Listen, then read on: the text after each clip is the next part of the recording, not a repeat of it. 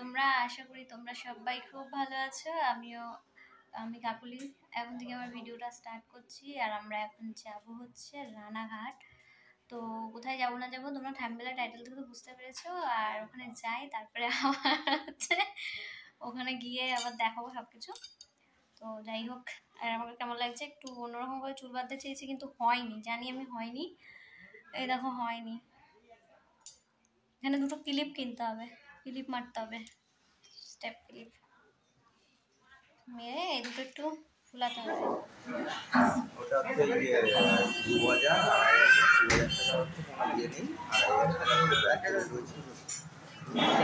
বাড়ির থেকে বেরিয়ে গেছি, বেরিয়ে গিয়ে এখন চলে এসেছি রানাঘাট হিন্দু হোটেলে।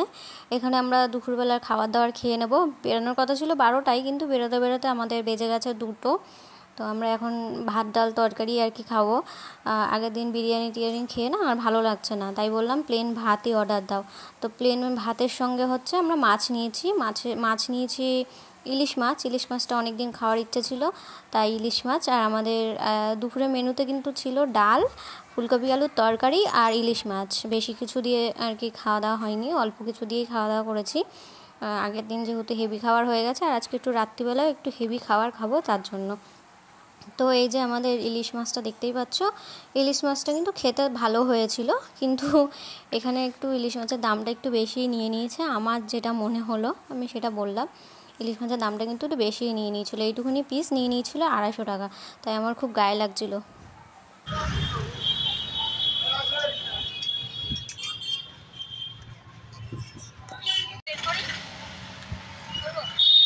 তো আমরা খাওয়া দাওয়া করে কিন্তু আমরা টোটোতে উঠে গেছিলাম রানাঘাট রেলগেটের দিকে। ওখান থেকে আবার এই যে চলে এসেছি, নেমে পড়েছি। এই যে এখান থেকে টোটোতে নেমে পড়লাম, নেমে রাস্তার দু ধার দিয়ে দেখছিলাম যে এরকম ফুল সব বিক্রি হচ্ছিল, যে মাথায় যে ফুলগুলো দেয় সেগুলো আর কি সব বিক্রি হচ্ছিল। এখান থেকে ফুলের তোড়াও কিনতে পারো। তো যাই হোক, আমিও একটা নিয়ে নেব, মাথায় দেব। তো আমি যেরকম বানাতে চেয়েছিলাম সেরকম আর কি আমি পাইনি। আমি ভেবেছিলাম ছোটো ছোটো ফুল দিয়ে বানাবো, হয়ে গেছে সেই বড় বড় ফুল দিয়ে। আমার পরে ভালো লাগছিল না, আমার মাথায় যেটা দিয়েছিলাম ফুলের সেটা আমার ভালো লাগছিল না। তো যাই হোক, যে এখান থেকে বানাচ্ছি আর চাপড়া চলে এসেছি। আর এই যে আমার ফুলের মালা, ফুলের কি বলে এটা, মাথায় দেয়ার ওটা কমপ্লিট। তো আমাকে পরিয়ে দিল। তো একটু বড় বড় হয়ে গেছে, আমার মুখের থেকে বড় হয়ে গেছে, তো ভালো লাগছিল না আমার। তো যাই হোক, এখন আমিও ফুল দর্শন করি, তোমাদেরও ফুলের দর্শন করাই। আর আজকে কিন্তু খুবই ভিড় হয়েছে, যেহেতু আমার ভিডিওটা ছাড়তে ছাড়তে অনেকটাই লেট হয়ে গেল। আমি গেছিলাম 26শে জানুয়ারি, আর 26শে জানুয়ারিতেও অনেকটা ভিড় হয়েছিল। এখনও সরস্বতী পুজো পর্যন্ত ভালোই ভিড় হবে ওখানে সবাই বলছিল। তো যাই হোক, তোমরা দেখো কেমন লাগলো জায়গাটা।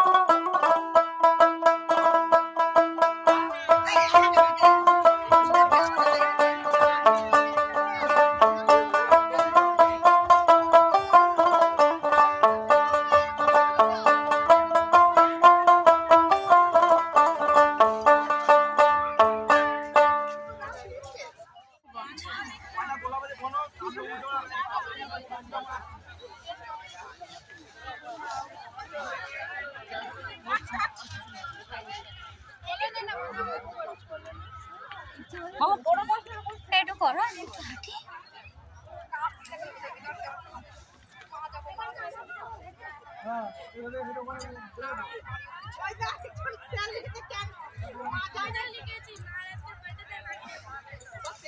ফুল কিন্তু অনেকটাই কমে এসেছে, আগে যেমন অনেক ফুল ছিল সেরকম সেই অনুযায়ী ফুলটা নেই আর কি। জানুয়ারি থেকে যেহেতু শুরু হয়েছে, জানুয়ারির প্রথম দিকে বিশাল ফুল ছিল, এখন একটু কমে কমে আসছে আর কি, যেহেতু ঠান্ডাটাও কমে আসছে।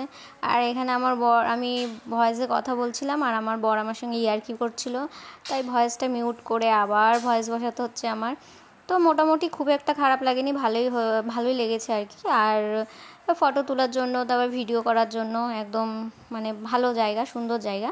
এটা কিন্তু একটা জমি একটা, তো সেরকমই আর কি। তো অনেক ফটো তুলেছি, অনেক রিলস বানিয়েছি, তোমাদের সঙ্গে সবটাই শেয়ার করেছি। আর আমার রিলসগুলো কেমন লেগেছে অবশ্যই কমেন্ট করে জানিও তোমরা, আর আমার ভিডিওটাও কেমন লাগলো অবশ্যই কিন্তু জানিও তোমরা। তো তারপরেই চলে আসলাম এখানে ফুচকা খেতে। ফুচকা টুচকা খেয়ে আবার একটু ঘুরবো, ঘুরে বাড়ির দিকে যাবো।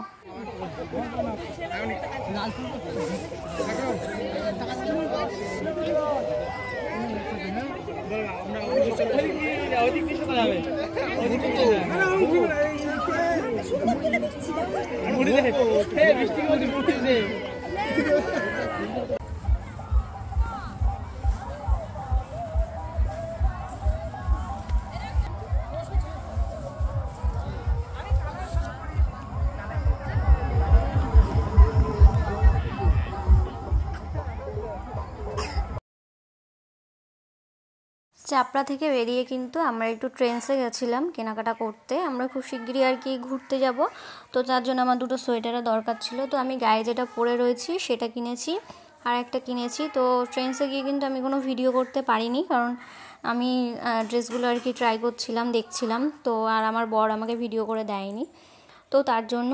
আর ওখান থেকে বেরিয়ে কেনাকাটা করে তারপরে চলে এসেছি আমাদের পালপাড়া। একটা নতুন রেস্টুরেন্ট হয়েছে, রয়্যাল বেঙ্গল রেস্টুরেন্ট। তো ওখানে আর কি অফার চলছে, অনেক দিন ধরে যাব ভেবেছিলাম, নতুন হয়েছে আর কি। তো যাব ভেবেছিলাম, তো আমার বরকে বলেছিলাম চলো আজকেই যাওয়া যাক।